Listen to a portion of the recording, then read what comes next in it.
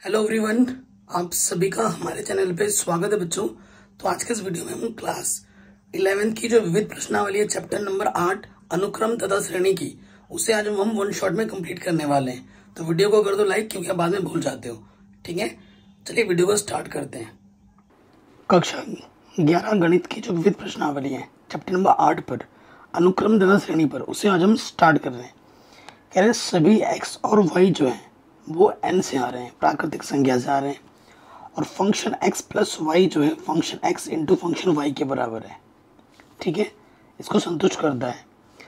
ठीक है, ये एक ऐसा फलन है कि जो f1 है ना वो 3 के बराबर है। तो x का मान 1 से लेकर n तक, ये समेशन का चिन्ह है, यानी कि योगफल का चिन्ह है। ये जो fx है इसका योगफल निकालना है 1 से लेकर n तक। जो योगफल जो है n तक वो 120 दे रखा है। तो n का मान क्या होगा ये आपको बताना है। बहुत ही शानदार जानदार क्वेश्चन है। ठीक है, तो बिना किसी देरी के क्वेश्चन पे आ जाते हैं। देखो हमें दिया क्या है, हमें दिया है f1। सबसे पहले fx प्लस वाई, ये चीज हमें दे रखी है fx इंटू एफ वाई। ठीक है, और हमें क्या दे रखा है, और हमें दे रखा है f1 का जो मान है वो हमें 3 दे रखा है। ठीक है, अब देखिए x y नेचुरल नंबर में नहीं आएंगे, ये बोल रहा है x और y नेचुरल नंबर में नहीं है। ओके, यदि मैं क्या कर दूं, f1 का मान दे रखा है मगर मैं f2 का मान मुझे चाहिए। यदि x के जगह पे मैं 1 रखता हूँ, ठीक है, और y की जगह पे मैं 1 रखता हूँ, तो क्या होगा। देखो x की जगह पे रखा 1, y की जगह पे यहाँ मैंने 1 रखा, तो क्या हो जाएगा, तो यहाँ पे हो जाएगा कि 1 प्लस 1 fx और ये हो गया fy। ठीक है, x की जगह पे 1 रखा, y की जगह पे भी तो 1 रखना था, यहाँ पे 1 रखेंगे। ठीक है, क्या होगा देखो, यहाँ हो जाएगा f2। ठीक है, और f1 का मान कितना है 3, ये भी f1 है 3, 3 दिया कितना हो गया 9, यानी कि f2 मुझे मिल गया 9। और एक पद निकालना है मुझे। ठीक है, f1 का मान पता चल गया, f2 का मान पता चल गया, 3 निकाल लो पता चल जाएगा। अब पुनः मैं क्या करता हूँ, x के जगह पर 1 और y की जगह पे 2 रख देता हूँ यहाँ पर। ठीक है, तो क्या हो जाएगा देखो,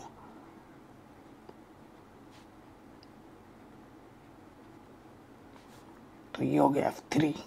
f1 का मान कितना है, f1 का मान 3 है और f2 का मान है 9, 9 3 क्या हो गया 27।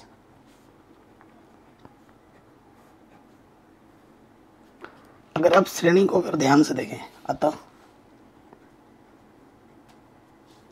पहला पद क्या आया 3, दूसरा पद आया 9, तीसरा पद आया 27, ऐसे चल रहा है।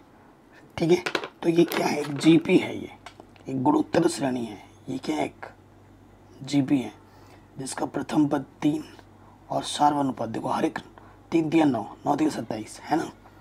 दूसरे पद को प्रथम पद से भाग दो तो हर एक का सार्वनुपात बराबर है। आर का मान 3 है जो कि 1 से बड़ा भी है। ठीक है, ये पता चल रहा है कि एक जीपी है। चूंकि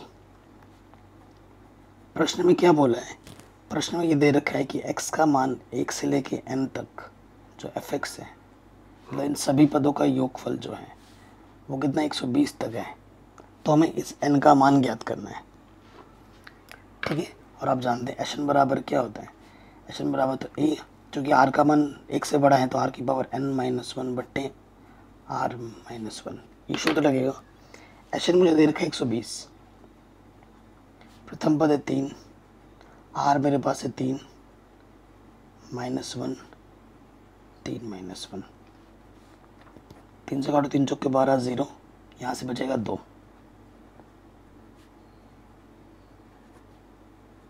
तो ये आ जाएगा 80 माइनस का इधर के प्लस का 81। यहाँ 3 है, 81 को भी 3 के घात के रूप में लिखो तो 3 की घात 4, 81 होती है। तो तुलना कर देंगे, 3 से 3 हट जाएगा, n बराबर क्या आ जाएगा 4। ठीक है, शानदार क्वेश्चन था, आराम से बन गया। किसी भी प्रश्न में थोड़ा सा भी डाउट हो, दिक्कत हो, आप वीडियो को एक बार दोबारा देखें। अगले प्रश्न में आ जाओ। कह रहे हैं गुणोत्तर श्रेणी के कुछ पदों का योगफल 315 है। उसका प्रथम पद और सार्वनुपद क्रमशः 5 और 2 है। अंतिम पद और पदों की संख्या ज्ञात कीजिए।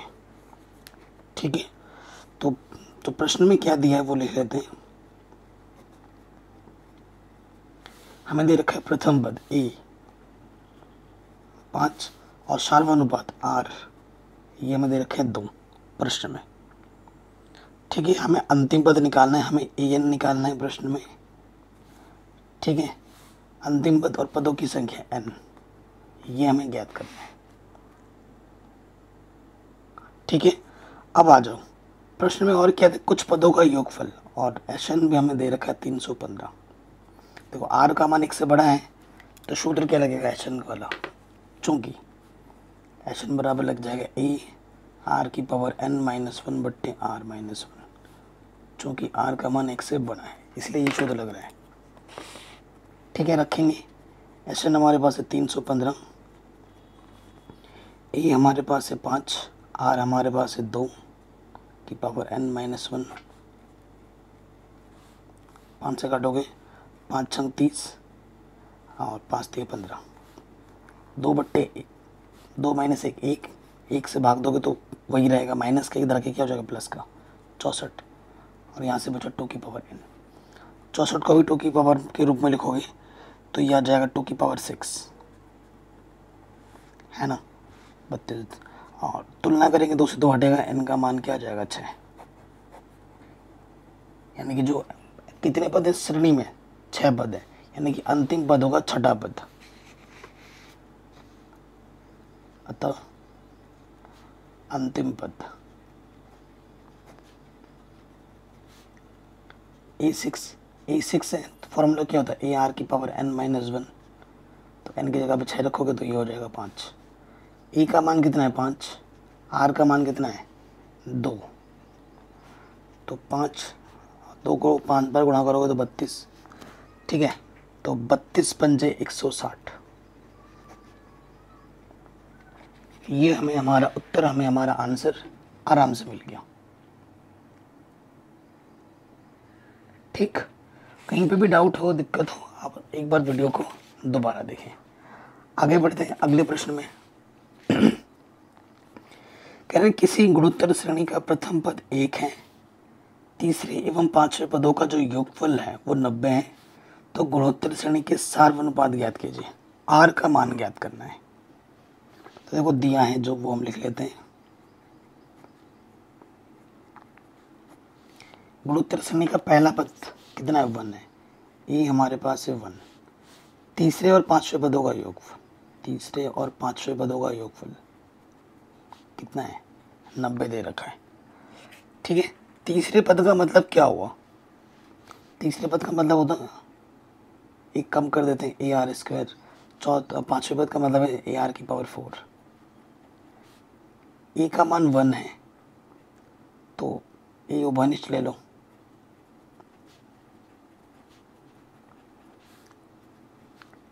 ठीक है, क्योंकि ए का मान 1 है, वो जैसे आप 1 रखोगे उस पर कोई प्रभाव पड़ेगा नहीं, क्योंकि 1 से किसी भी संख्या में गुणा करने पे वही आ जाता है। ठीक है, सो आर स्क्वायर है, आर की पावर 4 है ना, इसको मैं ऐसे लिख सकता हूँ, आर स्क्वायर प्लस का 90 इधर के क्या हो जाएगा माइनस का, तो ये द्विघात समीकरण। आर स्क्वायर का कुछ मान लो, एक्स मान लिया, तो ये x square plus x minus 90 बराबर 0, ये एक द्विघात समीकरण आ गया। अब इसको हल करो, गुणा करने पे 90 या घटाने पर इसका गुणज 1 है, 1 आए। ऐसे दो संख्या बताएं, 10 नंबर 90, 10 में से 9 घटाओगे 1। ठीक है, तो एक्स स्क्वायर 10x माइनस की 9x, यहाँ से एक जोड़ा, यहाँ से एक जोड़ा। आगे हल करते हैं, सो यहाँ से क्या हो जाएगा भाई, एक्स उभयनिष्ठ है, यहाँ से एक्स स्क्वायर से एक्स बाहर निकालेंगे तो एक्स बचेगा और ये 10 बचेगा। यहाँ से 9 उभयनिष्ठ है, यहाँ से एक्स बचा, 9 एक कम 9, चूँकि बाहर नेगेटिव अंदर चिन्ह बदल जाएगा। देखो ये और ये सेम आ गए, तो जो 2 बार उसे आप 1 बार लिखोगे और जो आपने उभयनिष्ठ निकाला उसको दूसरे वाले ब्रैकेट में। यदि x प्लस 10 बराबर 0 तो प्लस का 10 इधर आके माइनस का हो जाएगा, और यदि इसको 0 मानोगे x माइनस के 9 बराबर 0 तो माइनस के 9 इधर आके प्लस का 9 हो जाएगा। अब देखो क्या होगा, जब x बराबर 10 लोगे, माइनस का 10 लोगे, है ना, तो यहाँ पे मान रखना है आपको। देखो एक्स स्क्वायर ले लिया मैंने, यहाँ पर क्या आएगा, आर स्क्वायर बराबर एक्स है। तो जैसे ही यहाँ पे मान रखोगे आर बराबर क्या हो जाएगा, अंडर एक्स, तो ये माइनस के 10, तो ये वास्तविक मान नहीं देगा ना, तो ये हो जाएगा अमान्य। ठीक है, मैं आर निकालना है, जब एक्स बराबर 9 तो आर बराबर क्या है, अंडर एक्स 9, तो 9 का बाहर निकालोगे कितना आ जाएगा, प्लस माइनस 3 आ जाएगा। ठीक है, प्लस माइनस 3, ये हमें आर का मान मिल जाएगा।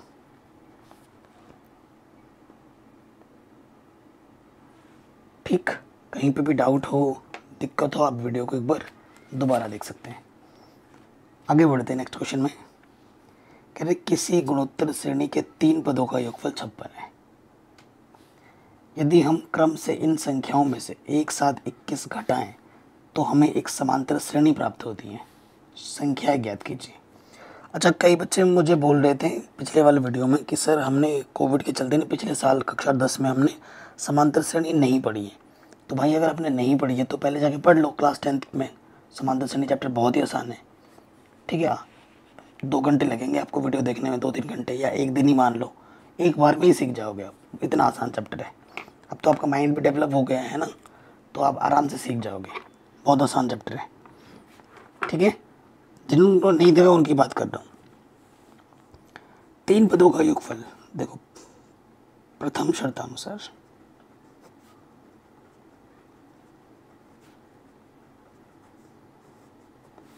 प्रथम शर्त में क्या बोला गया है कि जो 3 पद हैं, प्रथम पद, द्वितीय पद और तृतीय पद, इनका जो योगफल है वो 56 है। प्रथम पद को हम ए दिखाते हैं, ए लिखते हैं, द्वितीय पद होता है ए आर, तृतीय पद होता है ए आर स्क्वायर, ये 56 है। ए यहाँ से उभयनिष्ठ तीनों में निकालो, उभयनिष्ठ 1 + r स्क्वायर, ये हमारा 56 आ गया। इसको अभी समीकरण नंबर 1 मान लेते हैं। फिर द्वितीय शर्त में क्या बोला गया है,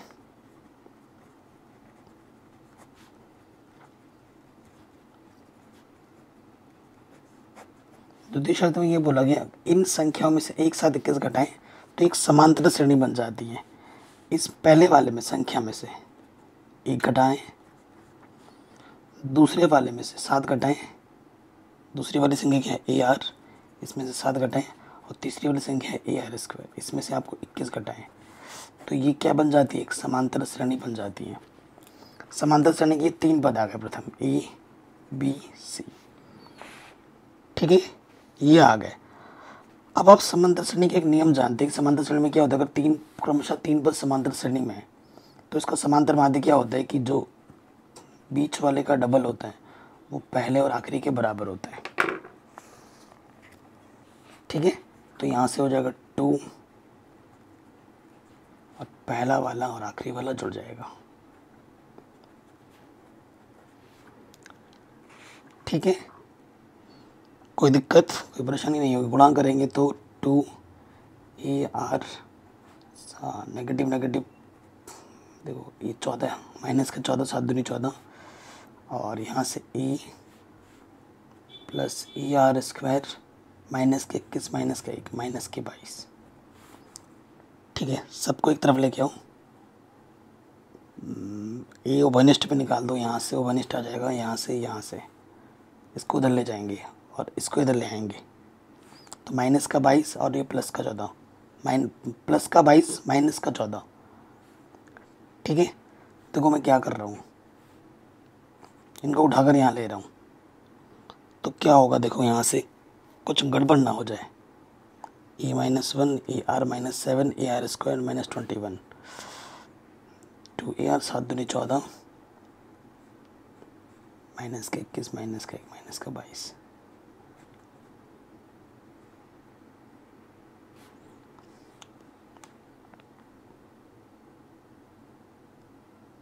ठीक है, ये चीज़ इधर जाएगी, ये 1 आ जाएगा, यहाँ से बचेगा 1, यहाँ से बचेगा R², और यहाँ से ये प्लस का इधर आके क्या हो जाएगा माइनस का, तो यहाँ से बचेगा सिर्फ 2R।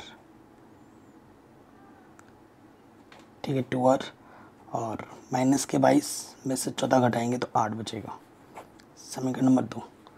अब मैं क्या करूँगा, समीकरण 2 में समीकरण 1 से भाग दे दूँगा। ठीक है, समीकरण 2 में या समीकरण 1 में समीकरण 2 से भाग दे दो। समीकरण 1 भागा समीकरण नंबर 2। समीकरण 1 ये है, इसको लिखेंगे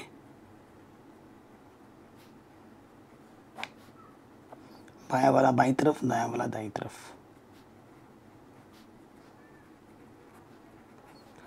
आठ 7 56, ए से 1 कटा। ठीक है, अब हमें क्या करना है, तिरछी गुणा करनी है। यह आ जाएगा 7 + 7R², 7 दूनी 14। यहाँ इसके बट्टे में कुछ नहीं तो 1 है, 1 + R + R²। इधर आ जाएगा 7, 1 R कम हो जाएगा तो यहाँ बचेगा 6R², 14R, ये प्लस का इधर आके माइनस का हो गया, माइनस के 15R, और यहाँ से प्लस का 7 बचा, और ये इधर आ जाएगा तो प्लस के 1 घट जाएगा, 7 में से 1 तो 6 हो जाएगा। ठीक है, आप क्या करो, 3 से भाग दे दो, तो 3 दूनी 3 ही बचे, 3 दूनी, दोनों तरफ हमने 3 से भाग दे दी, ये द्विघात समीकरण बन गया। ठीक है, गुणा करने पे 2 आया, जोड़ने पे 5, 4 1 कम 4। ठीक है, गुणा करने पे 4 आया, जोड़ने पे 5 आता है, तो यह आ जाएगा माइनस के 4 और माइनस के R। ये सब तो हल करना आना चाहिए, बेसिक चीज़ें हैं, कक्षा 9-10 में ही सीखा है आपने। 2R ओपनिस्ट है, R बचेगा 2 दूनी 4, यहाँ से R बाहर आ गया, यहाँ से कुछ भी ओपनिस्ट नहीं तो 1, जो 2 बार है उसके हम 1 बार लिखते हैं, और जो उभयनिष्ठ निकाला है आपने वो दूसरे वाले ब्रैकेट में आ जाएगा। इसको एक बार 0 मानो, यदि R - 2 = 0 तो R = 2, यदि 2R - 1 = 0 तो माइनस का 1 इधर के प्लस का 1 हो जाएगा, और ये 2 गुणे में इधर के बट्टे में आ जाएगा, तो 2R आ गए। ठीक है, जब 2R आए तो 2 समांतर श्रेणी भी आएगी, है कि नहीं। अब उसको हल करना पड़ेगा, 2 समांतर श्रेणी आएगी, तो वो कैसे होगा, यहाँ मैं कर देता हूँ। जब R बराबर हम 2 ले लेते हैं, ठीक है, जब R बराबर 2,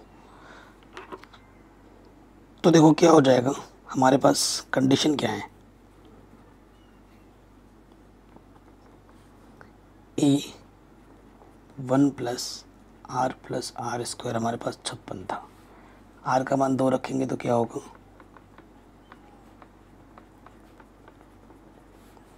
4 2 दूनी 4, 4 2 6 और 1 7, 7 गुणे में 7 8 56, तो A का मान आ जाएगा 8। A का मान 8 क्या हो जाएगा, 8। अर्थात संख्या क्या हो जाएंगी तीनों,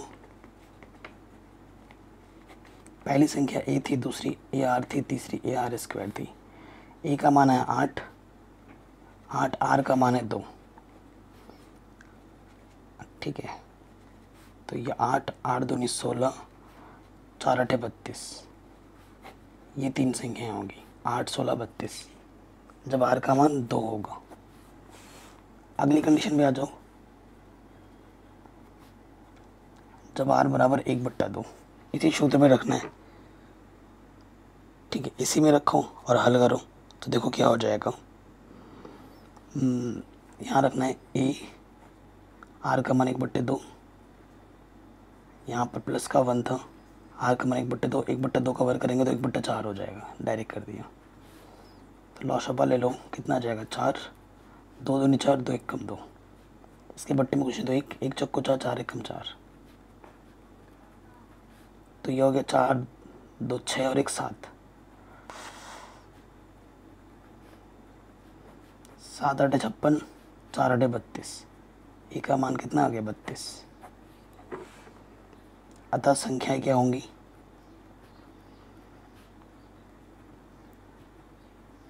प्रथम संख्या तो मेरी 32 हो गई, दूसरी क्या होगी 32, आर का मान 1/2,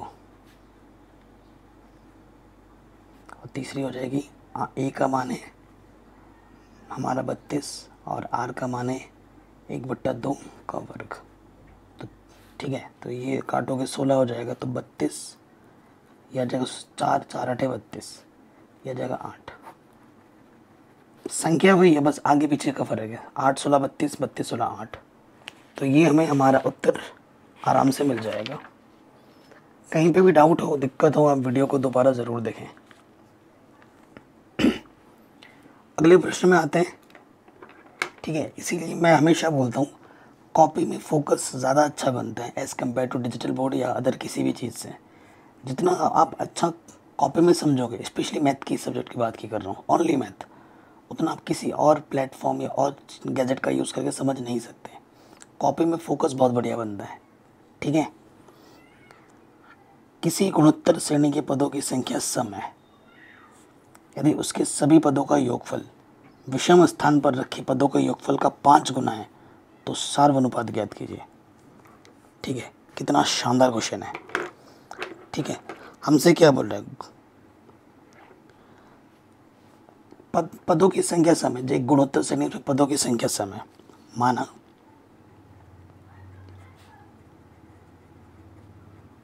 गुणोत्तर श्रेणी में 2m पद है, 2 से गुणा किया ना हम तो सम हो गया। ठीक है, और जिसका पहला पद ए और सार्वनुपात आर होता है, ये तो फिक्स है। तो दोनों कुल पदों का जो योगफल होगा, हमारे पास 2m पद है ना, तो ए आर की पावर क्या हो जाएगा 2m माइनस k1 बट्टे में r माइनस 1। ये तो होगा किसका, कि टोटल पदों का योगफल, जितने पद हमारे पास है। ठीक, और विषम स्थान के लिए बोल रहे हैं, माना विषम स्थान n है और अंतिम स्थान पर जो रखा गया पद वो क्या हो जाएगा 2m से पहला वाला पद 2m माइनस 1 होगा। तो यहाँ लिख देते हैं, देखो एकदम आखिरी पद 2m है, तो उससे पहला वाला पद क्या होगा 2m माइनस 1। तो मान लेते, माना विषम स्थान n है, अंतिम पद क्या है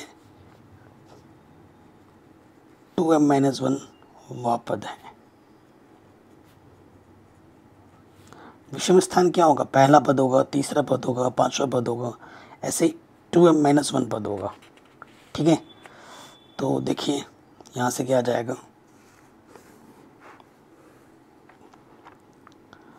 विषम स्थान अगर मैं लिख के बताऊँ कंफ्यूजन हो जाएगी, नहीं लिख के दिखाऊंगा तो पहला पद होगा, तीसरा पद होगा, पांचवा पद होगा, ऐसा चलता रहेगा, और आखिरी पद क्या होगा 2m माइनस 1 वह पद होगा। और इन पदों का मुझे योगफल अगर निकालना है, ठीक है, तो यहाँ लिखेंगे विषम स्थान की पदों का योग।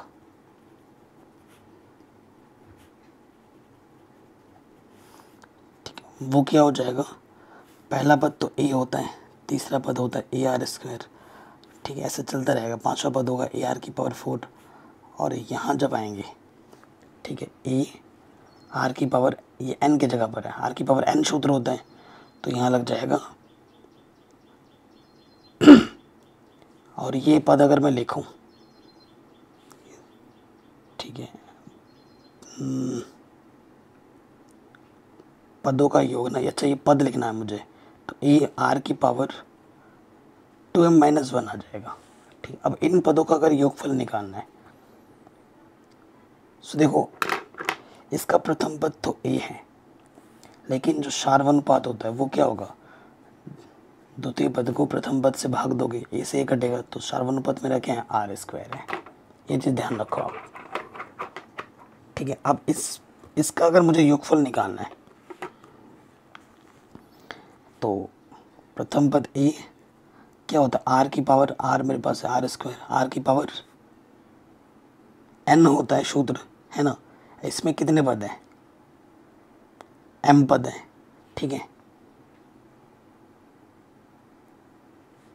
-1 बट्टे में क्या हो जाएगा, आर -1, आर की जगह पर क्या, आर स्क्वायर -1।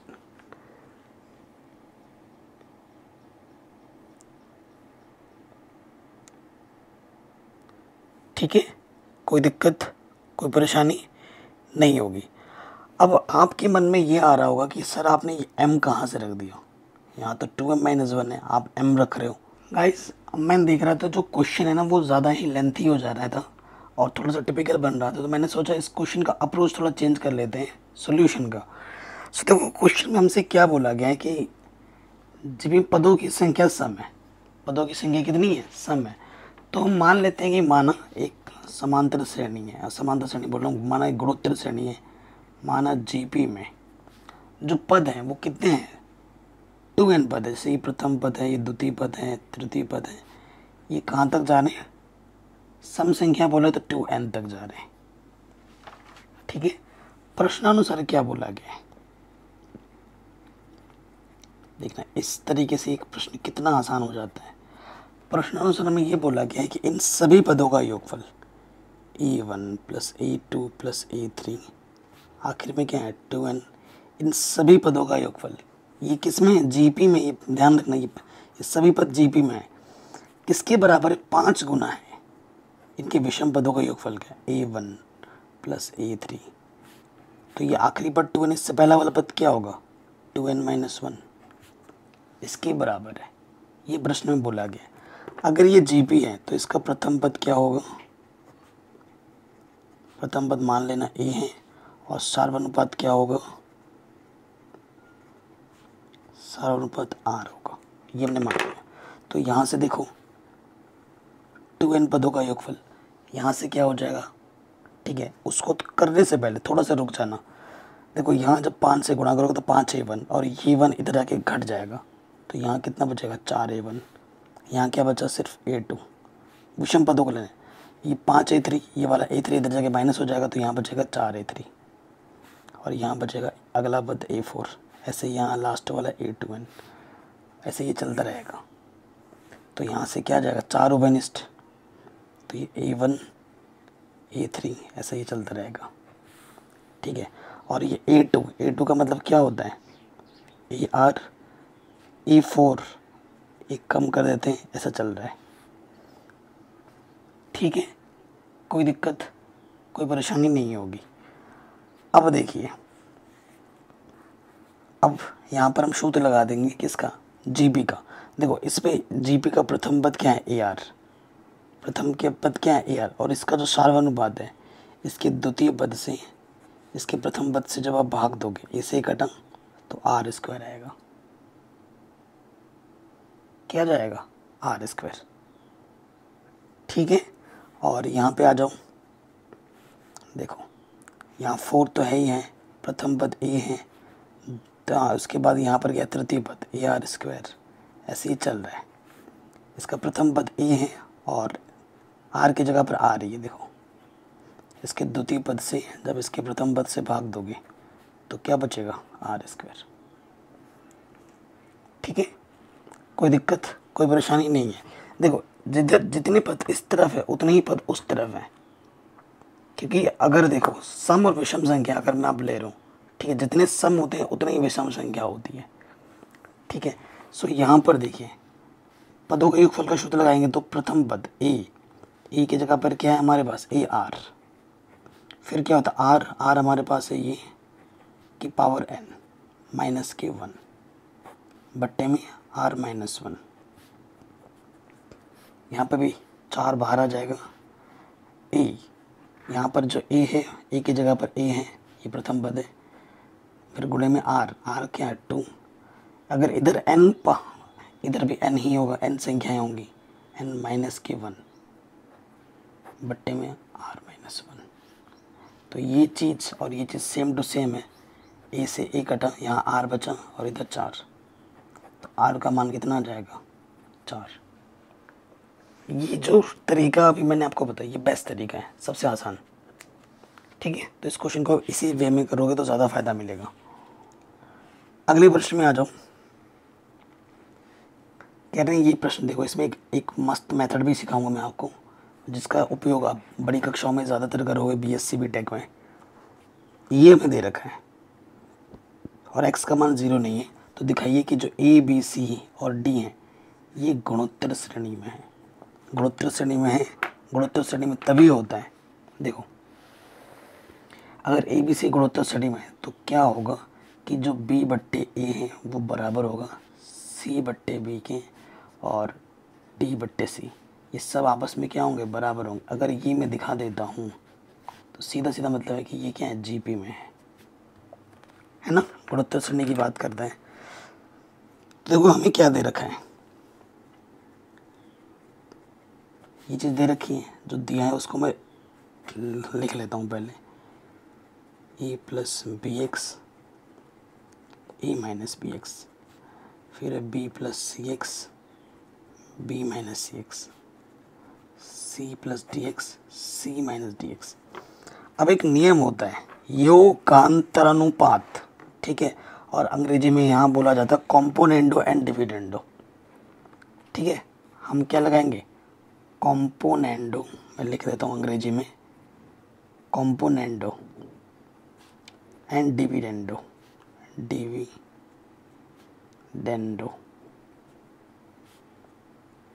नियम से। ये नियम शायद आप पहली बार देख रहे हैं, सीख रहे हैं। इसमें क्या होता है, ध्यान से देखना, ये जो पद लिखा हुआ है, ठीक है, ये जो पद लिखा हुआ है उसको कैसे लिखोगे, पहला वाला पद है a प्लस बी एक्स, ठीक है, नीचे वाला पद उसमें जुड़ जाता है, ठीक है। उसके बाद ऊपर वाला पद, ऊपर वाले पद में से नीचे वाला पद घट जाता है, ये होता है कॉम्पोनेंट और डिविडेंड। वही काम यहाँ पर होगा। देखिए ऊपर वाला जो पद है उसमें नीचे वाला पद जुड़ जाएगा, और ऊपर वाले पद में से नीचे वाला पद घट जाएगा। ऊपर वाला पद क्या है, b प्लस सी एक्स, उसमें से नीचे वाला पद घट जाएगा। वही काम इधर भी होगा, ऊपर वाला पद में नीचे वाला पद जुड़ेगा, और ऊपर वाले पद में से नीचे वाला पद घट जाएगा। इसे कहते हैं कॉम्पोनेंट एंड डिविडेंडो नियम। अब आपको फ़ायदा क्या मिलेगा, देखो प्लस का bx माइनस का bx करना, यहाँ से बचेगा 2a, ठीक है, और यहाँ से बचेगा प्लस माइनस a का term, minus minus plus bx 2bx, फिर यहाँ से क्या बचेगा, देखो 2b, और यहाँ से बचेगा 2cx, यहाँ से बचेगा 2c, और यहाँ से बचेगा 2dx। सबके बट्टे में x कटेगा, 2 से 2 कटा, तो ये क्या आ गया, a बट्टे b, b बट्टे c, c बट्टे d, ये आपस में बराबर आ गए। यही तो चाहिए था अपन को, यही चाहिए था ना। अतः a b c GP में है, ये हमें हमारा उत्तर मिल जाएगा, ठीक है। ये क्वेश्चन इतना सिंपल है, आप देख सकते हैं। जिस बच्चे को ये नियम पता है, कॉम्पोनेंट और डिविडेंड नियम, उसके लिए तो ये दूध पीते बच्चे की तरह वाला प्रश्न हो जाएगा, और जिसको ये नियम नहीं पता उसके लिए पहाड़ है। पहाड़ सोच रहे हो, पहाड़ बन जाएगा, कुछ कर ही नहीं सकता, इसको हिला ही नहीं पाएगा इस क्वेश्चन को अपनी जगह से। तो ये चीज़ होती है फॉर्मूले का और नियम का खेल। तो ये क्वेश्चन भी हमारा आराम से बन गया। अगले प्रश्न में आते हैं। काफ़ी शानदार प्रश्न है और ये बड़ा प्रश्न है, पता नहीं इतनी जगह में आएगा कि नहीं, ट्राई करते हैं। कह रहे किसी गुणोत्तर श्रेणी में एस एन पदों का योग पी, एस जो है एन पदों का योग है, पी उनका गुणनफल, आर उनके व्युत्क्रमों का योग है, तो सिद्ध कीजिए कि जो पी स्क्वायर गुणा आर की पावर एन एस की पावर एन के बराबर होगा। तो मान लेते हैं जो ए है, ए आर है, ए आर स्क्वायर है, और लास्ट पद क्या हो जाए, ए आर की पावर एन माइनस वन। ठीक है, ये क्या है, एक जीपी में है। ठीक है, ये क्या है, गुणोत्तर श्रेणी में है। तब इनका जो योगफल होगा ए प्लस ए आर, इन सभी पदों का ये जो योगफल होगा वो प्रश्न में क्या दे रखा है, एन पदों का योग ऐसे दे रखा है। यानी इसको मैं कैसे लिख सकता हूँ, ए आर की पावर, अच्छा ये आर वन से बड़ा है या नहीं है, उस केस में मैं ये पता क्या करना होता है, वन माइनस आर लेना होता है। और यहाँ पर वन माइनस आर, क्योंकि आर पता नहीं छोटा बड़ा है तो छोटा केस लेके चला जाता है। ये वन माइनस आर की पावर एन है, इसको मैंने समीकरण नंबर 1 बोल दिया। उसके बाद प्रश्न में क्या बोला है, पुनः प्रश्न में क्या बोला है, पी उनका गुणनफल है, इन सभी का गुणनफल पी है। यानी कि ए आर स्क्वायर और आखिरी पद क्या है, ए आर की पावर एन माइनस वन, ये हमारा पी है। ठीक है, ये हमारा क्या है, पी। देखो यहाँ से एक चीज़ देखो, ए कितनी बार कॉमन है, एन बार, क्योंकि एन पद है यहाँ पर, तो ए एन बार उभयनिष्ठ है। अंदर क्या बचा, आर स्क्वायर, और यहाँ आर की पावर एन माइनस वन बराबर पी। ठीक है, गुणा में घातें जुड़ती हैं, तो आर की पावर 1 + 2 यहाँ से चलेगा एन माइनस वन, ये पी है। और आप जानते हैं एन माइनस वन पदों का जो सूत्र होता है वो होता है एन माइनस वन बट्टे में 2। ठीक है, ये सूत्र है, लगा दो यहाँ पर। तो आर की पावर में आ जाएगा, आर की पावर में आ जाएगा एन माइनस वन बट्टे में 2। ये जो चीज़ है पी के बराबर है। फिर देखो यहाँ पी स्क्वायर है। ठीक है, तो मैं क्या करूँगा, दोनों तरफ वर्क कर दूंगा।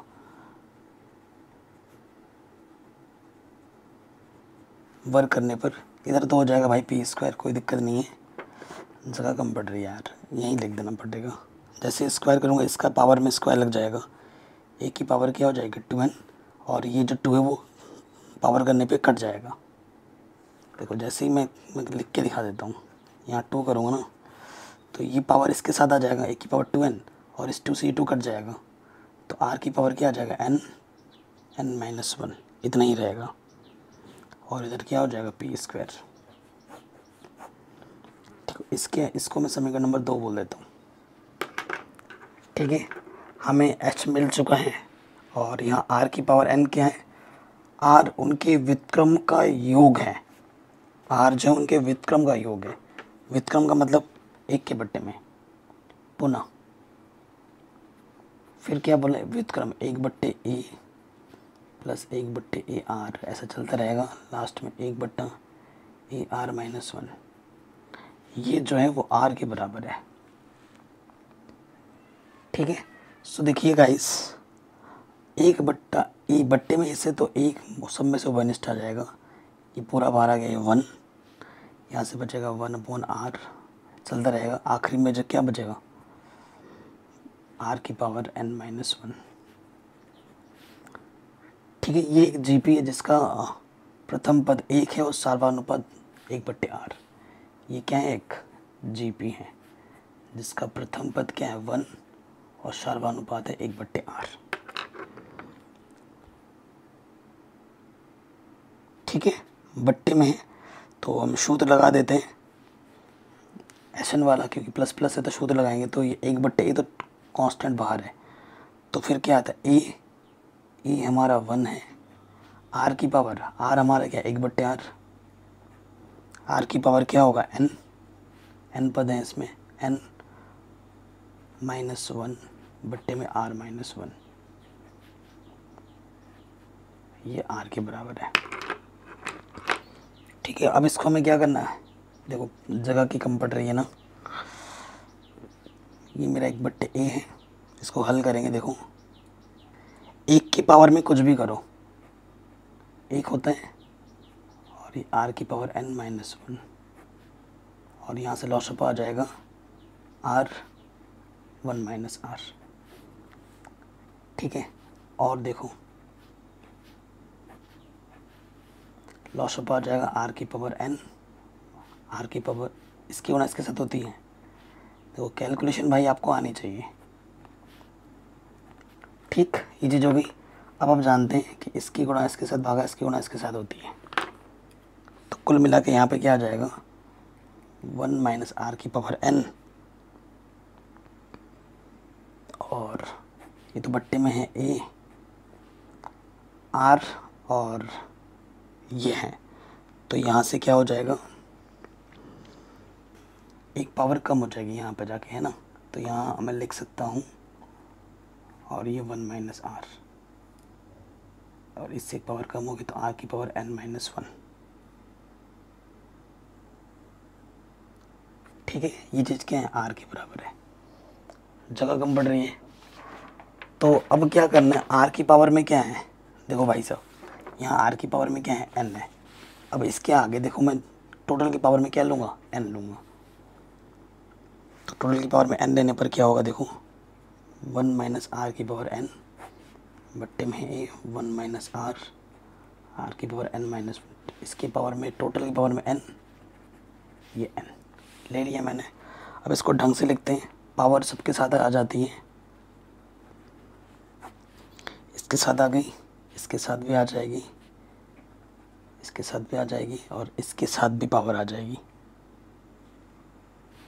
तो आर की पावर में एन माइनस 1 ये एन हो जाएगा। ये समीकरण नंबर हमारा कितना हो गया 3। अब प्रश्न में क्या है, देखो भाई साहब पी स्क्वायर और आर की पावर एन की गुणा करनी है, तो एच की पावर एन के बराबर आएगा। ये समीकरण नंबर 3 की, और पी स्क्वायर कहाँ है पी स्क्वायर, इसकी आपस में क्या करनी पड़ेगी गुणा। ठीक है, तो ये इसके बराबर आ जाएगा। तो देखो यहाँ कहेंगे समीकरण कौन सा, पी स्क्वायर कहाँ है, समीकरण 2 और 3 की गुणा करने पर। ठीक है, करते हैं गुणा। तो देखो ये पी स्क्वायर है और ये आर की पावर एन है, ये तो इधर हो गए। अब देखो यहाँ से पी स्क्वायर का मान क्या था, ये यहाँ पर रखते ए की पावर में 2n, आर की पावर में n, n माइनस 1, ये हमारा पी स्क्वायर का मान था। और आर की पावर n का मान क्या है 1 माइनस आर की पावर n की पावर n बट्टे में ए की पावर n 1 माइनस आर की power n r n minus 1 n, ये मान हमने रख दिया। अब आपको देखो आंसर्स पता है कि भैया इसको हल करके ना मुझे क्या लाना है, इसको हल करके मुझे h की पावर n लाना है। और h की पावर n कहाँ है, देखो ये s है, ये पूरा ये लाओगे और उसकी पावर में n होगा तभी तो h की पावर n आएगा। ठीक है, ये कॉमन सेंस है, इतना चीज़ आपको लाना है। यहाँ से देखो जब हम हल करेंगे तो क्या मिलेगा, यहाँ पे आगे सो देखो 1 माइनस आर की पावर n और ये 1 माइनस आर की पावर n, ये आर एन की पावर n है ना, और r n minus 1 n r n n minus 1, तो इससे तो ये कटा, इससे क्या हुआ ये कट गया। उसके साथ साथ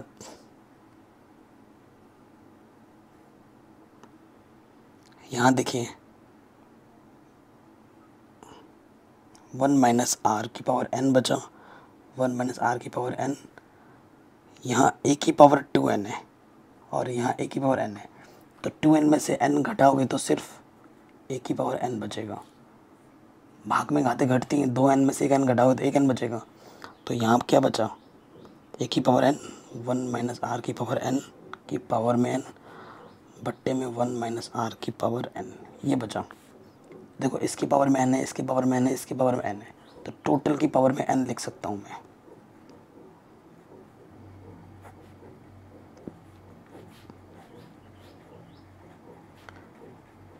समीकरण 1 से इसका मान क्या है h के बराबर है, इसका मान h के बराबर है, तो इसके मान को हम s लिख सकते हैं और h की पावर n। तो यही सिद्ध करना था हमको, हैंस प्रूव्ड। इजी है लेकिन थोड़ा कैलकुलेशन में ध्यान रखना है, आप क्वेश्चन को आराम से बना लेंगे। ठीक है, तो ये प्रश्न भी हमारा आराम से बन गया। अब आते अगले पद में, अगले क्वेश्चन में हमसे क्या बोल रहे हैं, कह रहे हैं यदि ए बी सी डी गुणोत्तर श्रेणी में है तो सिद्ध कीजिए कि ये जो ए की पावर n प्लस बी की पावर n कॉमा ये जो पद है ये भी गुणोत्तर श्रेणी में है। देखो, चूंकि ए comma B comma C comma D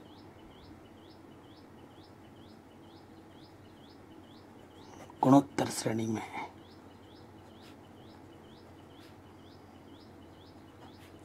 अगर ये गुणोत्तर श्रेणी में तो अभी आपको पता है इनका जो अनुपात है b बट्टा ए, दूसरे से पहले वाला, फिर c बट्टा डी, सारे अनुपात बराबर होते हैं, और d बट्टा c, ये तीनों आपस में क्या होंगे, बराबर होंगे। क्यों बराबर है, सार्वनुपात है ये, और सार्वनुपात सारे बराबर होते हैं तभी तो ये जीपी में है। ठीक है, ये चीज़ हमारे पास है। अब मैं क्या करूँगा, देखो पावर में एन एन है, अब मैं सबकी पावर में एन ले लूँगा, बी बट्टा सी बट्टा डी, डी बट्टा सी। ठीक है, ए ऊपर है ना, तो मैं क्या करता हूँ, पलट देता हूँ, ए की पावर एन बी की पावर एन, पलट दे रहा हूँ। ठीक है, डी की पावर एन सी की पावर एन, सी की पावर एन डी की पावर एन, ऐसे मैंने लिख दिया। फिर देखो प्लस में बी एन है ना, अब मैं क्या करता हूँ, जो काम कर रहा हूँ सब में कर रहा हूँ, सब में एक एक जोड़ दूंगा, इसमें एक जोड़ा, इसमें एक जोड़ा। अगर ये जीपी में है तो ये भी जीपी में होगा, ये भी जीपी में होगा और ये भी जीपी में होगा। ठीक है,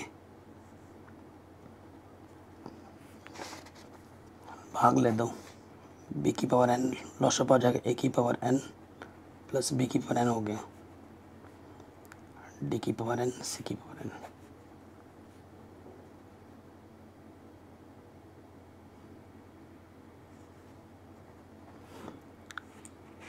ठीक है, कोई दिक्कत कोई परेशानी नहीं है। अब ये सब बराबर है तो इसको मैंने कुछ एक मान देता हूँ कि ये के है, ये किसके बराबर है, के बराबर है, ये मैंने खुद से बोल दिया। अब जब के बराबर मैंने इसको बोल दिया है तो देखो मैं और क्या कर सकता हूँ,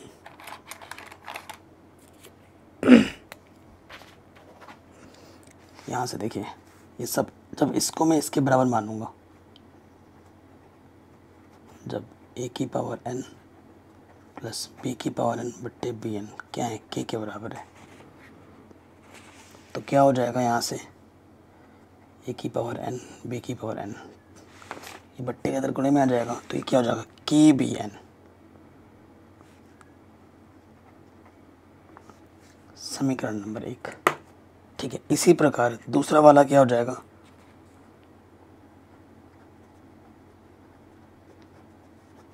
इसी प्रकार ये चीज़ इसके बराबर लेंगे तो क्या हो जाएगा, यहाँ से हो जाएगा,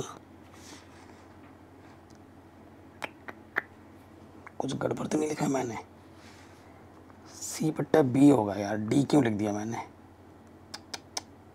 तभी मैं कहूँ यार सी बट्टा बी होगा, यहाँ डी लिख दिया मैंने, बाकी सब सही है।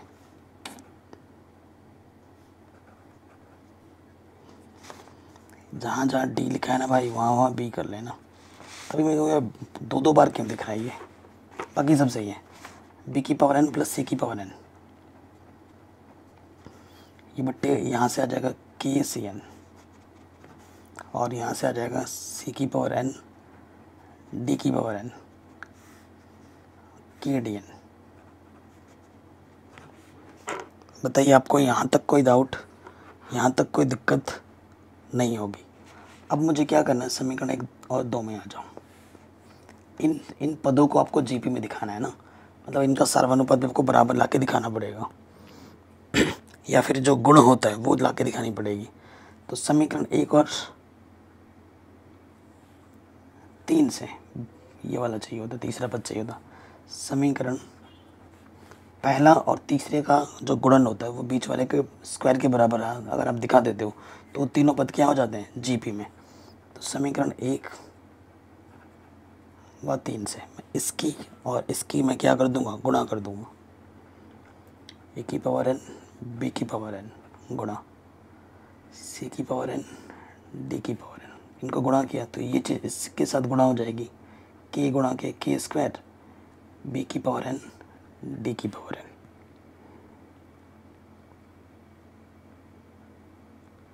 ठीक है, कोई दिक्कत कोई परेशानी नहीं होगी।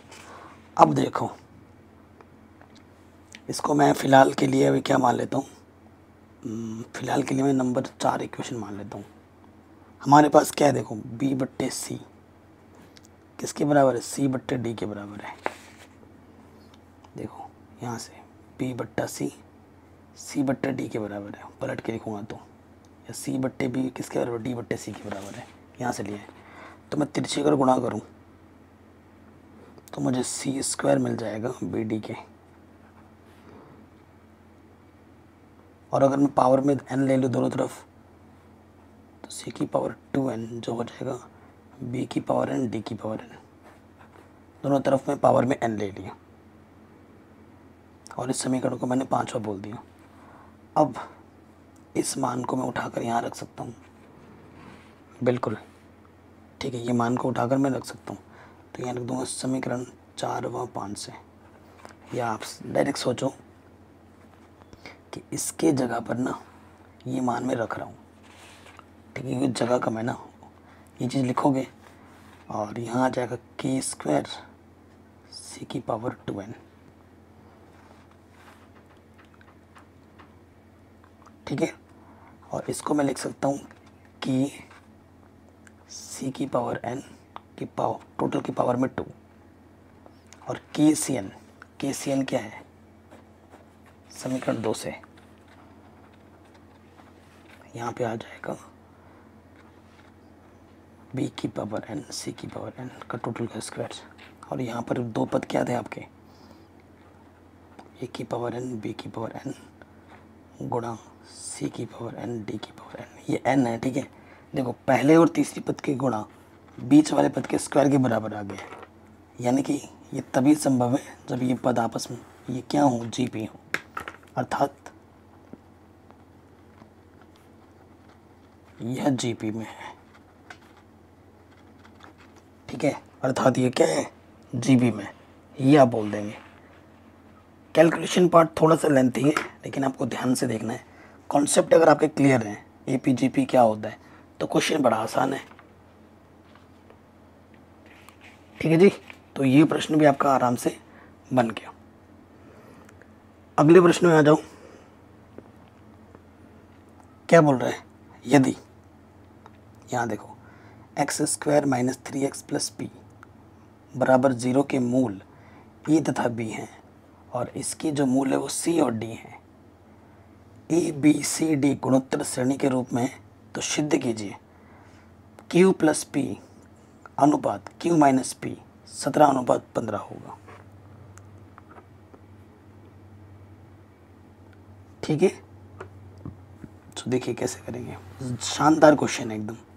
ठीक है, एकदम शानदार क्वेश्चन। इसको हम कैसे कर सकते हैं, चूंकि x square minus 3x plus P बराबर 0 की जो मूल है ए व बी है, ठीक है, ये इसके मूल है। तो आप जानते हैं मूलों का योगफल माइनस के बी अपॉन ए होता है ना, माइनस एक्स का गुणांक बट्टे एक्स स्क्वायर का गुणज, ये सूत्र होता है। तो यहाँ से क्या लग जाएगा, ए प्लस बी माइनस एक्स का गुणज माइनस में 3 है और ए का गुणज एक्स का गुणज कितना है 1 है, तो ए प्लस बी हमारे पास कितना आ जाएगा 3। ठीक, और क्या होता है, मूलों का गुणनफल ए गुणा बी क्या होता है, अचर पद बट्टे में एक्स स्क्वायर का गुणज, यही होता है शुद्ध। तो ए बी, अचर पद कितना है पी, और एक्स स्क्वायर का गुणज कितना है 1, तो ए बी हमारे पास क्या आ गया पी। ठीक हो गया, कोई दिक्कत कोई परेशानी यहाँ तक नहीं होगी। पुनः x square minus 12x plus 9 बराबर 0 का जो मूल है C व D है, तो इसमें भी वही निकाल देते हैं। मूलों का योगफल माइनस के b अपोन है, तो माइनस माइनस हो जाएगा प्लस। ठीक है, तो C प्लस D आपका आ जाएगा 12, और जो गुणनफल आएगा C गुणा D, मूलों का योगफल अचर पद क्या है इसका 9, और एक्स स्क्वायर गुणज क्या है 1, तो C गुणा D कितना जाएगा 9।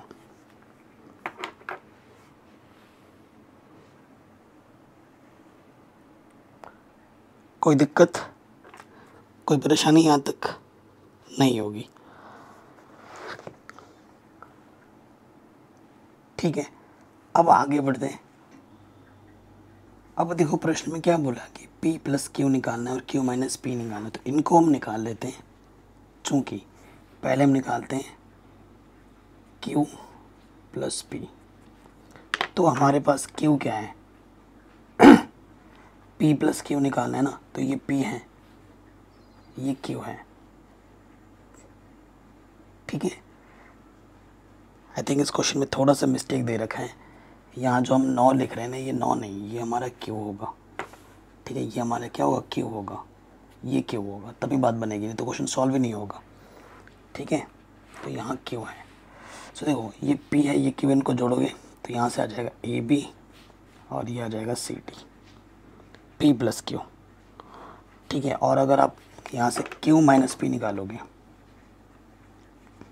तो वो क्या हो जाएगा, बस माइनस का चिन्ह आ जाएगा। फिर क्या निकालना है, इनका अनुपात प्रश्नानुसार।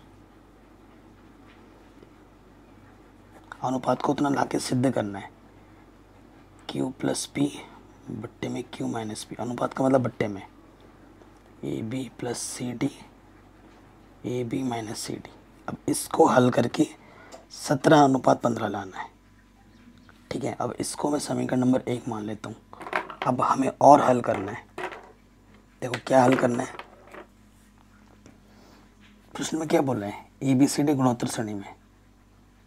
चूंकि ABCD आपके क्या है GP में है, तो सीधी सी बात है, अगर ऐसा है तो दूसरा बट्टा पहला लिखो या पहला बट्टा दूसरा, ऐसे लिख सकते हैं अपनी सुविधा के अनुसार।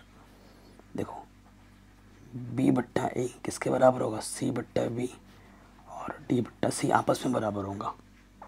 या फिर पलट दो, उल्टा कर दो, A बट्टा B B बट्टा C और C बट्टा D ये आपस में बराबर होंगे। ठीक है, फिर मैं क्या करूँगा, दोनों तरफ एक एक जोड़ूंगा, हर तरफ, इसमें भी जोड़ा एक इसमें भी जोड़ा एक, तो यहाँ से आ जाएगा लॉसअप ऑफ B, ये आ जाएगा A प्लस B, यहाँ से आ जाएगा C, यहाँ से आ जाएगा B प्लस C, यहाँ से आ जाएगा D, ये आ जाएगा C प्लस D। ठीक है, प्रश्न में देखो A प्लस B की जगह पे मैं क्या रख सकता हूँ 3, और C प्लस D इसके जगह पे रख सकता हूँ मैं 12 बट्टे D। और क्या है B प्लस C, इसके जगह पे कोई मान पता नहीं, तो मैंने इसको ऐसे का ऐसे रख दिया, और बट्टे में क्या है हमारा C। ठीक है, कोई दिक्कत कोई परेशानी नहीं होगी। अब इन दोनों को मैं बराबर ले लेता हूँ,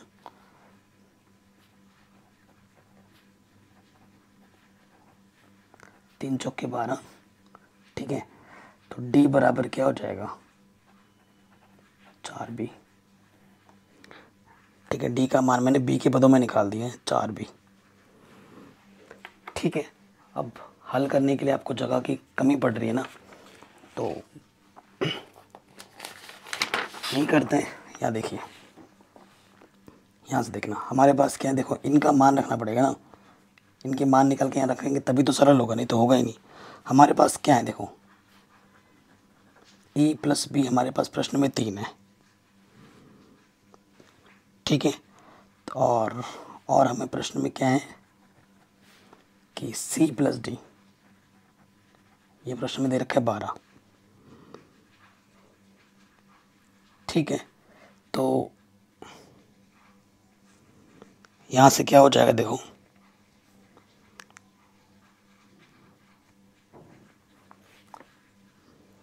मान निकाल के रखना है किसी भी तरीके से। एक देखो हमारे पास डी का मान बी के पदों में आ चुका है, अब सभी के मान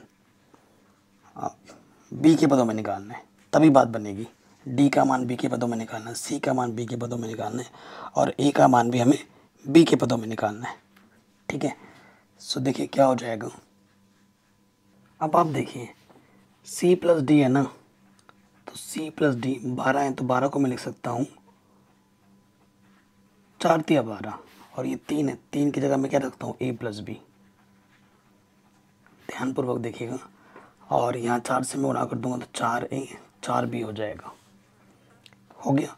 अब क्या है, देखो भाई हमारे पास ये चीज़ आ रही है, C है और ये D है, परंतु हमारे पास ऑलरेडी प्रश्न अभी हमारे पास देखा था कि D के जगह पे हम 4B रख सकते हैं, D की जगह पे हमने 4B रख देना है, ठीक है।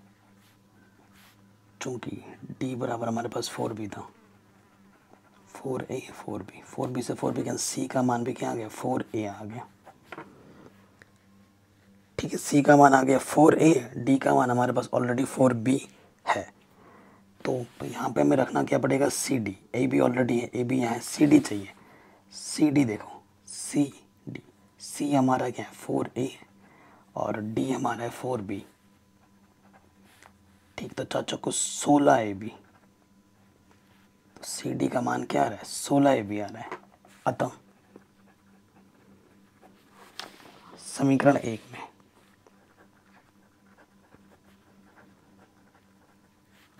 क्या हो जाएगा, समीकरण 1 से, तो यहाँ पर हमारा था Q plus P Q minus P, यहाँ है AB प्लस CD और यहाँ है AB माइनस के CD। AB CD का मान हमने AB के पदों में निकाल दिया है, बात बन गई।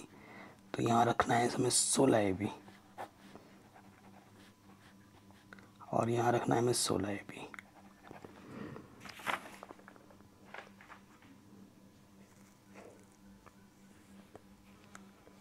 ठीक है। Q माइनस P था, एक सेकेंड,